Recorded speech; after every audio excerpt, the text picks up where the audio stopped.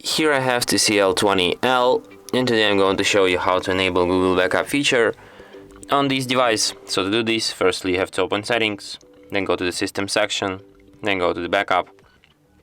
Here you have to enable the feature Backup to Google Drive. Then you have to tap Add Backup Account. Of course you will need internet connection to add Google account. So here you have to enter your email or phone number, tap Next. Then you have to enter your password. Tap Next.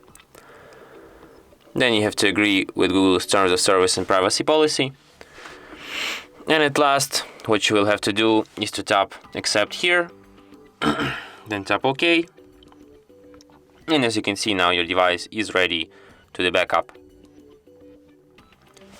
And that's it. Thanks for watching. If you find this tutorial useful, don't forget to hit that like button and subscribe to our channel.